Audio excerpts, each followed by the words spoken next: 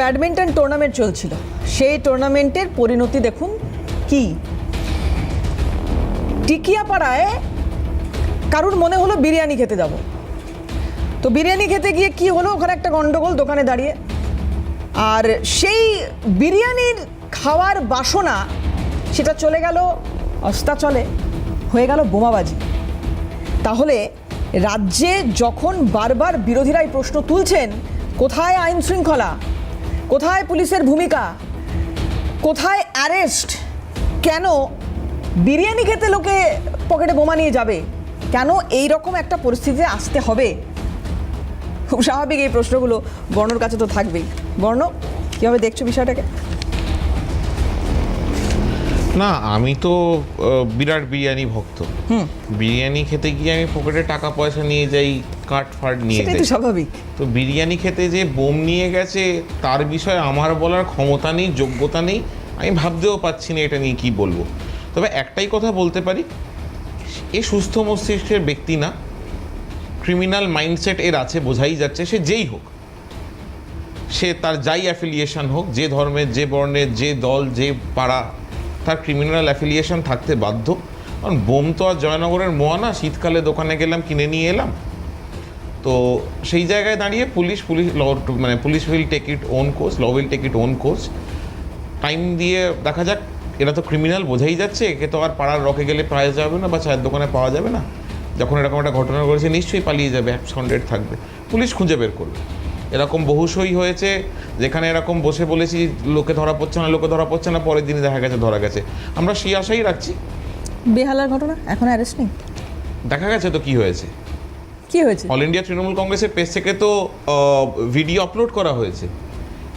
যেহেতু খেলা চলছিল, সেটা সুদীপ পল্লে মহাশয় ওখানকার দীর্ঘদিনের কাউন্সিলর, ওনার খেলার ওখানে যে খেলা হলে যা হয় বড় টুর্নামেন্ট, মাইক ফাইক বাজাচ্ছিল, সেখানে গিয়ে তাদের বক্তব্য এখানে মাইক চালানো যাবে না, সেই বক্তব্য রাখার জন্যে দলবল ঢুকে সেখানে তাণ্ডব নৃত্য।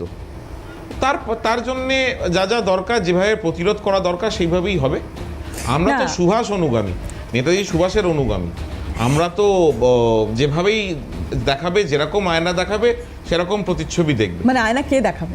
এই তো যারা এসেছিল আমাদের প্রোগ্রামে অন্যান্য দলের, এই বিপ্লব দেবের যারা অনুগামী এবং পশ্চিমবঙ্গে বিপ্লব দেবের জন্য যারা আয়োজন করেছিল সভা, তারা আমাদের সভায় এসে, দলীয় সভায় এসে যেভাবে যেরকম তাণ্ডবলীলা চালিয়েছে তার খানিকটা দেখেছে। দেখো, পশ্চিমবঙ্গে তো কলকাতা কর্পোরেশন যদি চলে আসা যায়, কলকাতা কর্পোরেশনে 144টা ওয়ার্ড আছে।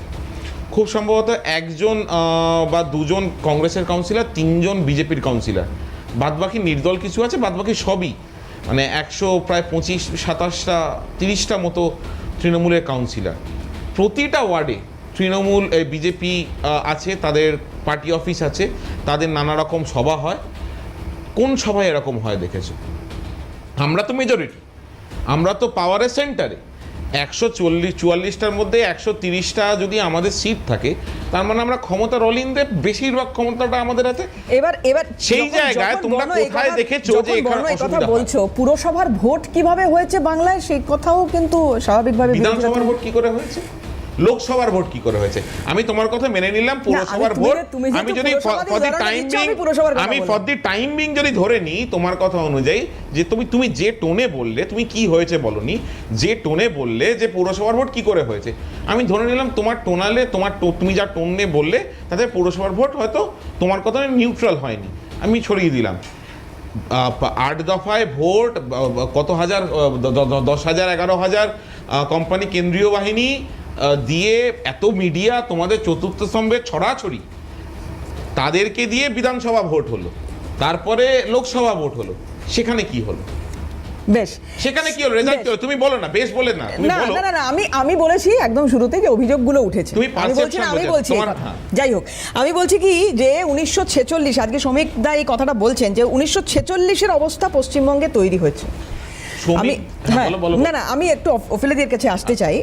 যদি এটা হয়ে থাকে দিদি, 1946-এর অবস্থা পশ্চিমবঙ্গে যদি তৈরি হয়ে থাকে, তাহলে তো আমি বলবো ইলেকশন কমিশনের কাছে এটা বিরাট চ্যালেঞ্জ। মানে কত কোম্পানি কেন্দ্র বাহিনী দিয়ে তাহলে ভোট করাতে হবে যদি এটা সত্যি হয়ে থাকে, যে কথা আজকে শ্রমিকদা বলছেন, কত কোম্পানি কেন্দ্র বাহিনী লাগবে, কটা দফায় তাহলে ভোট করতে হবে? কি কি মনে হচ্ছে? দেখুন, আমি তো ইলেকশন কমিশনের প্রতিনিধি নই, আমি আপনারা তো মাঠে ভারতীয়, ঘাটে রাজনীতিটা করেন, কি হ্যাঁ বলছেন? একদম ভারতীয় জনতা হ্যাঁ। পার্টির প্রেক্ষিতে আমি কথাটা বলবো। গণতন্ত্র বলে পশ্চিমবঙ্গে মূলত বর্তমানে কিচ্ছু নেই, আচ্ছা, এবং সেই কারণে আপনারা সবসময় দেখছেন গণতন্ত্রের এই যে চতুর্থ স্তম্ভ বলা হয়, আপনারা দেখতে পাচ্ছেন মিডিয়াকে একেবারে চেপে দেখতে বলা হচ্ছে, খবর, সঠিক খবর যাতে সামনে আনা না হয়। সেখানে আমি তো স্যালিউট জানাই যারা এই মিডিয়ার যারা কাজ করছেন, রিপোর্টাররা খবর তুলে আনছেন, আমরা তাই খবরগুলো দেখতে পাচ্ছি। আর এই যে মমতা বন্দ্যোপাধ্যায় কেন এখন যে এইভাবে সভাগুলোতে আক্রমণ করতে বলছেন, সভা করতে দিচ্ছেন না, আসলে উনি বুঝে গেছেন। এতদিন কিন্তু না একটা কিন্তু ওই কনফিডেন্স ছিল।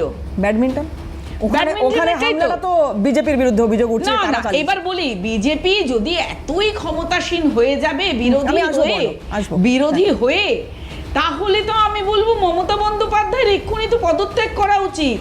এত ক্ষমতা যদি দিয়ে থাকে বিজেপিকে, বিজেপির ক্ষমতা থাকলে মমতা বন্দ্যোপাধ্যায় পদত্যাগ করবে না? না, মানে বিজেপি না, যদি ক্ষমতাশীল BJP বিরোধী হয় তাহলে মমতা বন্দ্যোপাধ্যায়ের দোষ কি সেখানে? মানে উনি কেন দোষ পদত্যাগ করবেন? মমতা বন্দ্যোপাধ্যায় বিরোধী শূন্য রাখতে চান সব জায়গায়। সেখানে জনমত যেভাবে গড়ে উঠছে, উনি না, সেই দেখে ওফেলিয়াদি, ভয় আমি একটু পেয়েছেন। এইখানটা একটু মানে আমি বলতে একটা চাইবো, কথা আমি বর্ণর জিজ্ঞেস কাছে করবো। আসছি এক দিদিকে। মিনিট। এই যে ওফেলিয়াদি আপনি কথাটা বলছেন না যে বিরোধী শূন্য রাখতে চান মমতা কংগ্রেস বন্দ্যোপাধ্যায়, শূন্য ভারত কে বলেছিল? কংগ্রেস মুক্ত ভারত। এক্স্যাক্টলি, একটা এটা তো ডেফিনেটলি। পাশাপাশি নন্দীগ্রামে এই যে সমবায় নির্বাচনে তৃণমূল কংগ্রেস বিনা প্রতিদ্বন্দ্বিতায় 5টা আসনে জয়ী হলো, তার আগের দিন কি হামলাটা হয়েছে? 22টা আসনে জয় হলো, অর্থাৎ এই মুহূর্তে সমবায় তৃণমূলের দখলে। বিরোধী কি শূন্য করেছে? কিনা না, বলুন এই- ম্যাডাম, এই- বিরোধী করেছে? শূন্য। যদি আমি বিরোধী বলি- যদি শূন্য যদি করেই ওফেলিয়াদি আমি এটা ছাড়ছে। জিজ্ঞাসা করি যে সেবাশ্রয় চললো তার আগে, পরিষেবা দিল তৃণমূল কংগ্রেস, আর আর তৃণমূল কংগ্রেস যদি ভোটে যেতে তখন দোষ হয়ে যায়, তখন এই কথাগুলো সামনে আসে। আমি না, না, আরেকটা না, ছোট্ট তৃণমূল কথা। জিতুক, আরেকটা ছোট্ট কথা, তৃণমূল- দিদি, একটা কথা। না, মানুষ আমি যদি না, এখন পরিষেবা দেখুন, ফার্স্ট পায়, টার্মে বলতে বলুন, বলিনি, বলুন, আপনার বেলা আমি একটু মানুষ যদি পরিষেবা কথা পায়, বললে? এক মিনিট, হ্যাঁ। মানুষ যদি পরিষেবা পায়, তারপর যদি সেই আমি এবার দলটাকে ভোট বলছি দেয়, পরিষেবায় তাহলে সেটা হয়ে আসতে গেল দিন। বিরোধী শূন্য না করার দিদি, চেষ্টা। এবার পরিষেবাটা একটু, না না নন্দীগ্রামের না, বিরুলিয়া পঞ্চায়েত। উনি কেন বলছেন? এক আমার মিনিট, বেলা একটু একটু শুনে শুনে নিন, নিন। উনি মমতা বন্দ্যোপাধ্যায় এতদিন কিন্তু ভীষণ নিজের প্রতি যে মানুষের একটা কনফিডেন্স থাকে, এটা কিন্তু ছিল ওনার।